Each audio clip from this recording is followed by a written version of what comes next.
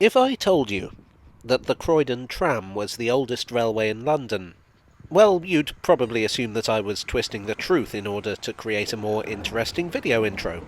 And you'd be right. Nevertheless, it is kind of true. Recently, I passed 150,000 subscribers, so I thought, in celebration, I'd go right back to where it all began, and look at London's oldest public railway, the Surrey Iron Railway. The Surrey Iron Railway opened in 1803 from Croydon to Wandsworth. When Richard Trevithick built the first successful railway locomotive, it was a year old. When the Stephensons won the Rainhill trials with their rocket, it was 26 years old. And when Waterloo Station opened, it had been closed for 2 years. We're going back a long way here. The history of the railway goes back even further. Long before the Industrial Revolution, the River Wandle in Surrey had been a major industrial centre. The Wandle is a shallow, fast-flowing river, ideal for powering a water wheel. There were 68 mills along its length, producing flour, snuff, textiles, timber, iron, copper and leather, among other goods. But the roads in the area were pretty poor, as they were in most of Britain at the time.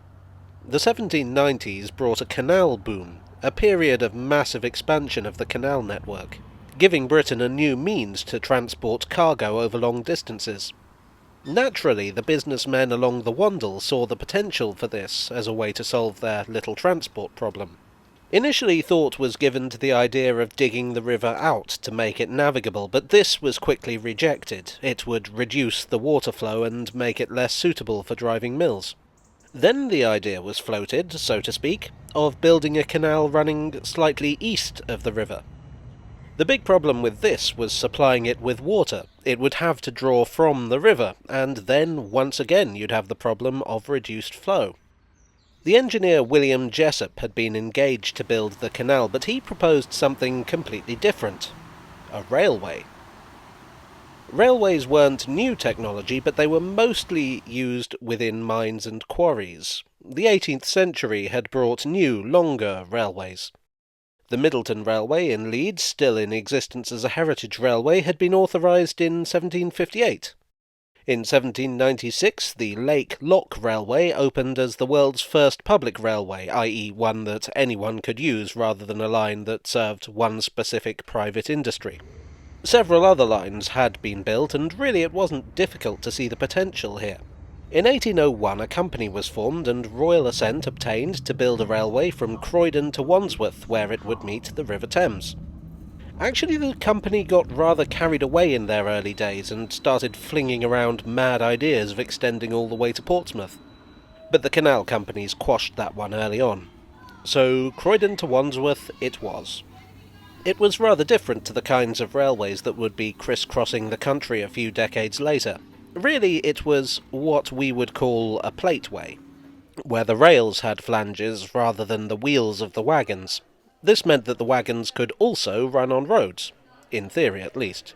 The rails were made of cast iron and laid on stone blocks rather than wooden sleepers to a gauge of 4 feet and 2 inches.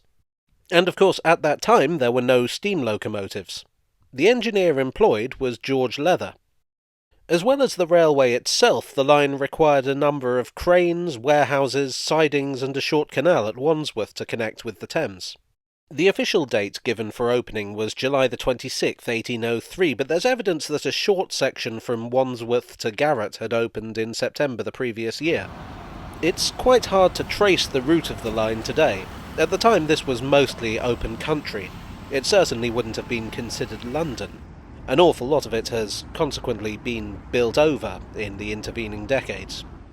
It began in what is now the Central Shopping Centre in the House of Fraser. Church Street in Croydon actually used to be called Tramway Street. It ran through the town and clipped the edge of Wandle Park. Part of Factory Road runs along the route of the tramway. It's all glamour in this job, I tell you. At Whaddon Marsh I'm catching a very different tram because from just after Whaddon Marsh to just after Mitcham, the modern tram runs along the route of the old. I'll explain this in more detail later, but that is my justification for saying that the Croydon tram is the oldest railway in London. At Mitcham, there's a street called Tramway Path, a little geographical relic of the old tramway. Again, much of the route has been built over here, but it ran more or less exactly along Church Road and Christchurch Road, and ultimately passed through the site of what is now Collier's Wood Station. Then it more or less followed the path at the edge of Wandle Meadow Nature Park, passed under what's now the Thameslink line between Tooting and Hayden's Road, more stuff that's been built over, then exactly followed the edge of Lambeth Cemetery. It passed under this blue plaque to Mark Bolan, then joined Garrett Lane basically all the way to Wandsworth. The leather bottle here would have been one of the few buildings to actually look out over the line during its lifetime. The route meets the main line at Earlsfield, though there was never a connection, although more on that later. Here, at Wandsworth, it actually crossed the River Wandle. These stone blocks make me curious. I wonder if they're anything to do with the old line. If you know, tell me in the comments section. There used to be some stone blocks preserved in the wall of the Ram Brewery until it was demolished. At Wandsworth, sadly, we are deprived of the end of the line, as it's all been built on, yet again. The old canal was filled in 1937, but of course the mouth of the Wandle is still very visible. So that was the line that opened in 1803. It was double-tracked and quite flat, which meant that a single horse could typically pull around 6 loaded wagons, although the shareholders were impressed by an early demonstration that showed that up to 12 could be hauled. The line didn't own its own wagons, rather the companies the line served would pay a toll to use the line. The railway didn't quite meet expectations, financially speaking. One William Stevenson observed that the road does not appear to be much used, nor is it probable that railways will ever come into general use. Nevertheless, it fired the imaginations of some. One Richard Phillips was inspired in 1815 to speculate about an entire network of double-tracked railways linking the major cities of Britain, perhaps even utilising some of these newfangled steam locomotives. In 1805 an extension was opened to Merced. I would imagine that would be the subject of a future video. The junction with the new line was here at Reeves Corner in Croydon, and it was called the Croydon, Merced and Godstone Railway. In 1809, the Croydon Canal opened and snaffled a lot of the railway's traffic despite a vigorous advertising campaign by the railway. Ironically, one of the things that made the canal so successful was its connection to the Merced line. There were other factors at play. In 1815, the Napoleonic Wars ended with the Battle of Waterloo. Many of the industries along the Wandle had supplied the armed forces, and with the end of this massive conflict, their output dropped. So in answer to the question, war, what is it good for, we can now answer, the Surrey Iron Railway. Another development that impacted the Wandle was the steam engine. Suddenly, windmills and watermills were outpaced by factories that could be built anywhere. The cloth trade, one of the biggest industries along the river, moved up north. A shareholder in the line, one William James, was somewhat dismayed and came to see what was happening. He proposed another extension in 1818, this one to Lambeth, somewhere near Waterloo Bridge. The company directors rejected this. I mean, who'd build a station by Waterloo Bridge? James seems to have been a great enthusiast for anything that might improve the railway, and in 1821 he visited Killingworth Colliery, where George Stephenson was experimenting with locomotives. James was convinced that this was the future, but Stephenson pointed out that the rails would never hold the weight of a locomotive.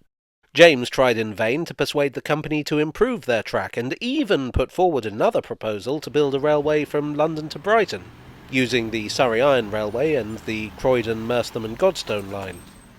But the company were having none of it. Generally, the unwillingness to improve the line seems to have been a major reason for its failure. The rails would often break, and the stone blocks had a tendency to sink, making the line uneven. Meanwhile, elsewhere, plateways were being abandoned in favour of edge rail, where the flanges were on the wheels of the wagons. By the 1840s, the line was in a lamentable state. But by that time, the speculations of the likes of William James and Richard Phillips were a reality. The British railway network was taking shape, and while the Surrey Iron Railway was barely usable, someone did suggest a use for it. The London and South Western Railway owned a line from Nine Elms to Southampton that had opened in 1840. They were looking to extend to Waterloo Bridge. There was another railway, the London and Brighton, which had to travel over other companies' lines from Croydon to London Bridge. The London and South Western approached the London and Brighton with a proposal. If they bought the Surrey Iron Railway out, the London and Brighton could run trains over it from East Croydon to Earlsfield, then from there to Waterloo Bridge. The London and Brighton liked this idea, and an agreement was reached with the Surrey Iron Railway. And then, the whole thing fell apart. There were various reasons for this, but ultimately what it came down to was that neither company needed the line anymore. The line closed in 1846, and the company was formally wound up in 1848. The rails were lifted, and the company's assets were sold off. But just a few years later, in 1852, the idea of a line from Croydon to London over the route of the old tramway was revived by a group of local promoters. The LSWR and the London, Brighton and South Coast, which the London and Brighton Railway was now part of, were initially opposed, but agreed instead to a different version of the line that would run from West Croydon to Wimbledon. This was known as the Wimbledon and Croydon Railway, and was a single-track line that lasted until 1997. Then, in 1999, the Wimbledon and Croydon Railway was recycled into the tram link. So that means that when you ride the tram to Croydon, you're riding over one of the oldest railways in the world. Yet another reason to love the tram.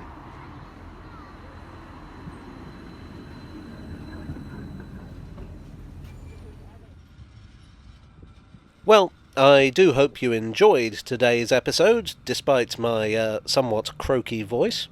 This is one I've been wanting to do for at least a year now. I'd like, as always, to thank my donors on Ko-fi and Patreon. You are the flange to my plateway. But I'd like to thank everyone watching this video as well.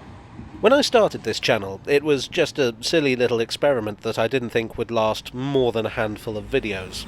The idea that I'd still be here with 150,000 subscribers is something I still can't quite get the hang of. So yes, whether you're a supporter, a subscriber, even if you're just a casual viewer, you're the reason I got here, and the reason I made this video. Thank you once again, and I hope to see you all again very soon. Cheerio.